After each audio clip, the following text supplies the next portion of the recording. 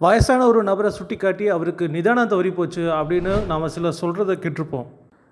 ஏன்னா அந்த வயசான தாத்தாவுக்கோ இல்லை பாட்டிக்கோ அவங்க என்ன பண்ணுறாங்க அப்படின்னு அவங்களுக்கே தெரியாது. ரொம்ப நெருக்கமான நல்ல பழகின நபரே வந்து அவர்கிட்ட பேசினாலும் அவங்க இன்னார்னு சொல்லி அடையாளம் கண்டுபிடிக்க முடியாது. இதெல்லாம் வந்து அவங்க மூளையோட செயல்பாடு ரொம்ப அதிகமாக மழுங்கி போச்சு அப்படின்றதுக்கான அடையாளம் தான் அது. இதோட ஆரம்ப நிலை எப்படி இருக்கும் அப்படின்னா, ரொம்ப அதிகமான ஞாபக மறதி அடிக்கடி வந்து இருக்கும். ஒரு பொருளை ஒரு இடத்துல வச்சுட்டு ஒரு செகண்ட் திரும்பி வேற ஒரு காரியம் பண்ணுவோம். அதுக்கடுத்து அந்த பொருள் அங்கே வச்சதையே வந்து மறந்துட்டு நம்ம எல்லா இடத்துலையும் தேடிக்கிட்டு இருப்போம். ஒரு வேலை செய்யணும்னு சொல்லி முடிவு பண்ணி நாம் வந்து எந்திரிப்போம். ஆனால் வேற ஒரு இதில் ஞாபகம் போய் ஏதேதோ நினச்சிக்கிட்டு ஒரே இடத்துல நின்றுட்டு இருப்போம். அங்கிட்டு போவோம், இங்கிட்டு நடப்போம். ஆனால் அந்த வேலையை வந்து நம்ம செய்ய மாட்டோம். சீக்கிரமாக எடுக்க வேண்டிய முடிவுகளை வந்து நம்மளால் எடுக்க முடியாமல் சிரமப்படுவோம். இப்போ என்ன சூழ்நிலை இருக்குது, இதுக்கு நாம் எப்படி செயல்படணும் அப்படின்னு நம்மளுக்கு தெரியும். ஆனால் சீக்கிரமாக நம்மளால் செயல்பட முடியாது. மூளை வந்து டக்கு டக்குன்னு வேலை பார்க்காது. நம்மளோட ஒரு சில பழக்க வழக்கங்கள் காரணமாக மூளையோட செயல்பாடு வந்து அந்தளவுக்கு மங்கி போயிருக்கு. எந்தெந்த மாதிரியான பழக்கங்கள்லாம் மூளையோட செயல்திறனை பாதிக்கும் அப்படின்னு தான் இந்த வீடியோவை பார்க்க போகிறோம். நம்மளோட மூளையில் ப்ரீஃப்ரண்டல் கார்டெக்ஸ் அப்படின்னு ஒரு பகுதி இருக்குது. சூழ்நிலைக்கு தகுந்த மாதிரி இப்போ நம்ம எப்படி செயல்படணும் அப்படின்னு சொல்லிட்டு நம்மளுக்கு உணர்த்துறது வந்து அந்த பகுதி தான். ஒரு விஷயத்து மேலே நம்ம கவனம் செலுத்துறதுக்கு இந்த பகுதி தான் வந்து காரணமாக இருக்குது.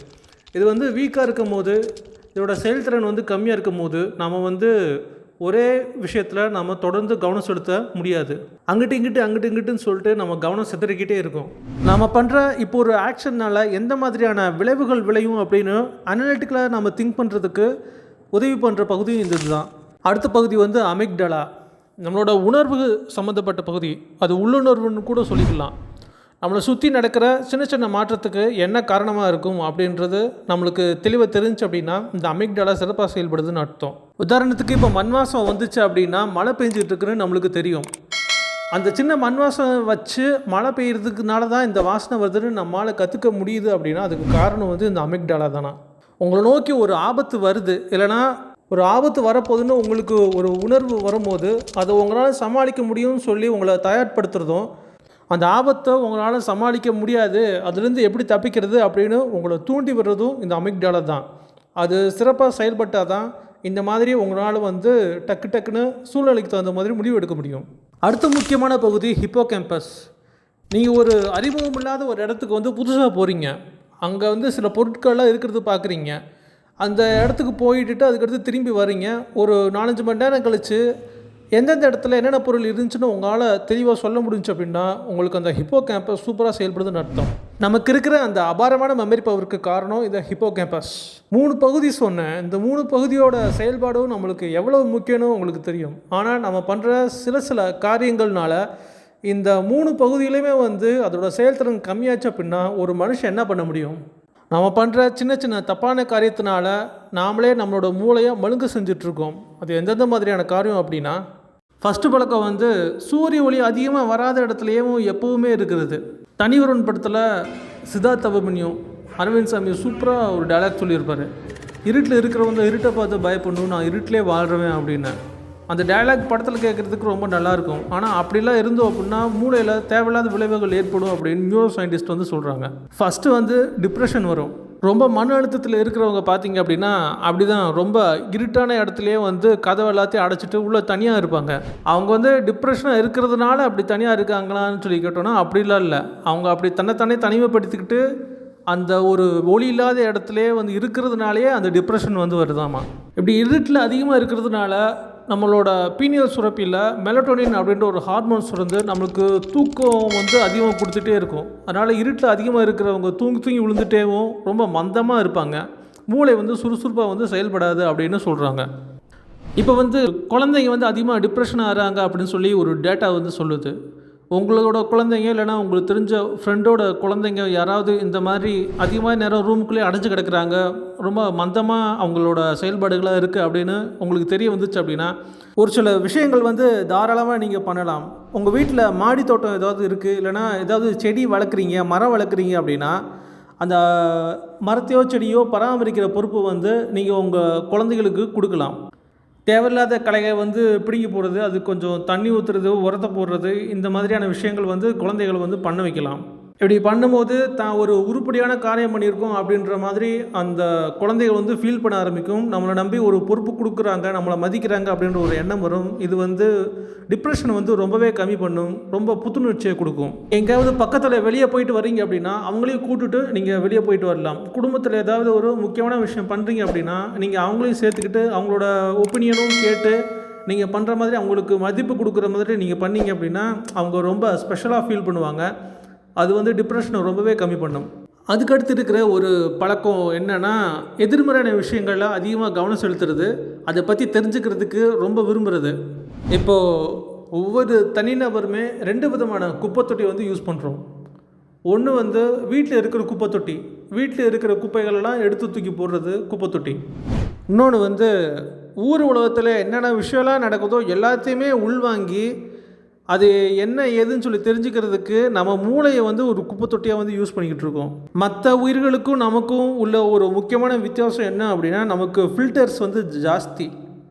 இதை நம்ம தெரிஞ்சுக்கணுமா வேணாமா, இதை நம்ம தெரிஞ்சுக்கிட்டதுனால நம்மளுக்கு என்ன நடக்க போகுது, இந்த மாதிரியான விஷயங்களை நாம் தான் யோசிக்க முடியும். இதை நாம் பாசிட்டிவாக பயன்படுத்தணும் அப்படின்னா நமக்கு நிறையா பாசிட்டிவான விஷயங்கள் வந்து நடக்கும். நெகட்டிவாக பயன்படுத்தணும் அப்படின்னா நம்மளுக்கே தேவையில்லாத விஷயங்கள் வந்து நிறையா நடக்கும். அதுக்கு ரீசன் வந்து நியூரோ பிளாஸ்டிசிட்டி அப்படின்ற ஒரு டேர்ம் வந்து நியூரோ சயின்டிஸ்ட் வந்து யூஸ் பண்ணுறாங்க. நமக்கு புக் ரீட் பண்ணி பழக்கமே இல்லை. நியூ இயர் ரெசல்யூஷன் ஒன்று போடுறோம், ஜனவரி 1ஆம் தேதியிலேருந்து ஒரு வாரத்துக்கு ஒரு புக்கு வந்து படிக்கிறோம் அப்படின்னு சொல்லிட்டு. அதே மாதிரி உட்காந்து படிக்க ஆரம்பிக்கிறோம். நாம் புக்கு ரீட் பண்ண திடீர்னு புக் ரீடிங் பண்ணுறது வந்து நம்மளுக்கு ஒரு பிடிச்ச விஷயமாக மாறிடுது. ஒரு வாரம் விட்டால் கூட என்ன புக் ரீட் பண்ணாமல் இருக்கோன்னு சொல்லிட்டு நம்ம வேறு ஏதாவது புக்கு கிடைக்குமான்னு சொல்லி தேட ஆரம்பிக்கிறோம். இதுக்கு பேர் தான் நியூரோ பிளாஸ்டிசிட்டி அப்படின்னு சொல்கிறாங்க. நம்ம ஒரு காரியம் தொடர்ந்து பண்ணும்போது நம்ம மூளையோட வெளிப்புற அமைப்பு மாறுது, செயல்திறனும் மாறுதுன்னு சொல்கிறாங்க. அப்போது நம்ம நல்ல விஷயத்தை மட்டுமே ஃபோக்கஸ் பண்ணுறது வந்து ரொம்ப முக்கியம். அதுக்கடுத்து ஒரு ரொம்ப டேஞ்சரான ஒரு பழக்கம், இந்த சோஷியல் மீடியா வந்ததுக்கப்புறம் மக்கள் எல்லாத்துக்கிட்டேயுமே வந்து ஒட்டிக்கிட்ட ஒரு விஷயம், அது தனிமை. இந்த தனிமை கூட தாழ்வு மனப்பான்மையும் சேர்ந்துருச்சு அப்படின்னா அவங்களோட உயிருக்கே பெரிய ஆபத்து அப்படின்னு ஒரு டேட்டா சொல்லுது. ஒருத்தவங்களுக்கு ஹார்ட் அட்டாக் வர்றதுக்கு ஒரு சில காரணங்கள் இருந்தாலுமே அதில் ஒரு 15-20% காரணம் வந்து இந்த தனிமை அப்படின்ற விஷயம். பெரும்பாலும் இந்த வயசானவங்க நைட்டு நேரத்தில் தனியாக தூங்கிட்டு இருக்கும்போது ஹார்ட் அட்டாக் அவங்களுக்கு வரும். அதுக்கு காரணம் ஒன்று அவங்க தனிமையில் இருக்கிறது, இன்னொன்று இந்த உலகத்தில் இருக்கிற எல்லாருமே நம்மளை வெறுக்கிறாங்க, நம்மளை எல்லோரும் ஒதுக்கி வச்சுட்டாங்க, நம்மளுக்கு யாருமே இல்லை அப்படின்ற ஒரு எண்ணம். ஒரு துணை அவங்களுக்கு தேவைப்படுது, தன்னோட உணர்வுகளை பகிர்ந்து கொள்கிறதுக்கு அவங்களுக்கு ஒரு ஆள் வேணும். ஆனால் அவங்க தனிமையில் இருக்க வேண்டிய சூழ்நிலையில் இருக்கும்போது இந்த மாதிரி உயிருக்கு ஆபத்தான சூழ்நிலை வந்து வருது. ஒரு நாளைக்கு 15 சிகரெட் குடித்தா எந்த அளவுக்கு பாதிப்பு வருமோ அதே அளவுக்கு அதிகமாக தனிமையாக இருக்கும் போதும் ஒரு நபருக்கு அப்படி ஒரு பாதிப்பு ஏற்படுது அப்படின்னு WHO சொல்லியிருக்கு. இந்த மாதிரியான விஷயங்களிலிருந்து தப்பிக்கிறதுக்கு நம்ம செய்ய வேண்டியது ஒரு 3 சிம்பிளான வேலை. ஃபஸ்ட்டு வந்து காலையில் எழுந்திரிச்சு ஒரு 15 நிமிஷம் எக்ஸசைஸ் பண்ணுறத வழக்கமாக வச்சுருக்கலாம். அப்படி இல்லை அப்படின்னா உங்களுக்கு ஃப்ரீ டயத்தில் வந்து ஒரு 5 நிமிஷம் அப்படியே காலார நடந்து போய் ஒரு டீ கடையில் ஒரு டீயும் 2 பிஸ்கட்டும் வாங்கி தொட்டு சாப்பிட்டுட்டு அதே கடையில் 50 கிராம் மிக்சர் வாங்கி பார்சல் பண்ணி அப்படியே எடுத்துகிட்டு வந்து உங்கள் வீட்டுக்கு வெளியிலையோ இல்லை ஏதாவது ஒரு வர வழியில் ஏதாவது மரம் இருந்துச்சுன்னா மரத்துக்கு நிழல்லையோ நின்று அந்த மிக்சர் வந்து பக்கத்தில் ஏதாவது பிராணி இருந்தால் அதுக்கு தூக்கி போடுங்க, நாய் வந்து அதுக்கு தூக்கி போடுங்க, இல்லைன்னா எறும்புக்கு அப்படியே தூவி விடுங்க.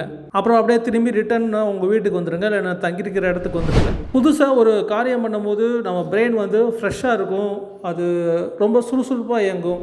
அதுக்கு அடுத்த விஷயம் வந்து டோபமைன் டிடாக்ஸ். இப்போ இருக்கிற ஒரு சின்ன பேக்கரியாக இருக்கட்டும், இல்லைனா ஒரு பெரிய இ-காமர்ஸ் கம்பெனியாக கூட இருக்கட்டும், அவங்க எல்லாருமே வந்து அவங்களோட கஸ்டமர்ஸோட டோபமைன் லெவலை அதிகமாக்குற மாதிரியான விஷயங்கள் தான் வந்து மார்க்கெட்டிங்க்கு வந்து யூஸ் பண்ணுறாங்க. அதை பற்றி நான் ஒரு வீடியோவே போட்டிருக்கேன், அதோட லிங்க் நான் டிஸ்கிரிப்ஷனில் கொடுத்துருக்கேன், அதை கிளிக் பண்ணி பார்த்துக்கோங்க. ஸோ அதில் சொல்லப்பட்டிருந்த மாதிரி அந்த டோபமைனை அதிகமாக உங்களுக்கு தூண்டி விடுற விஷயங்கள்ல இருந்து நீங்கள் விலகி இருக்கிறது. அதுக்கடுத்து ஒரு பவர்ஃபுல்லான விஷயம் வந்து ஓம் அப்படின்னு சான் பண்ணுறது. அது